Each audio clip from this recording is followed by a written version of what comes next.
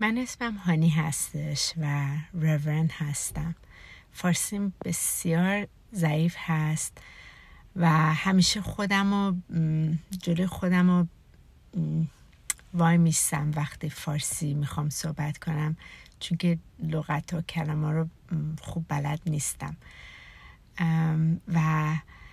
میخوام این چالش رو به خودم بدم، اجازه بدم که سعی کنم اون چیزایی که درس میدم که تمام درسم راجع به هایر کانشسنس و خدا هست و ارتباط به خدا با نور الهی هست، ببینم میتونم یه جوری با فینگلیش، فارسی، انگلیسی تا اونجا که میشه توضیح بدم. این بسیار برام مشکله و میدونم هر جایی که سخت مشکله اونجا رشد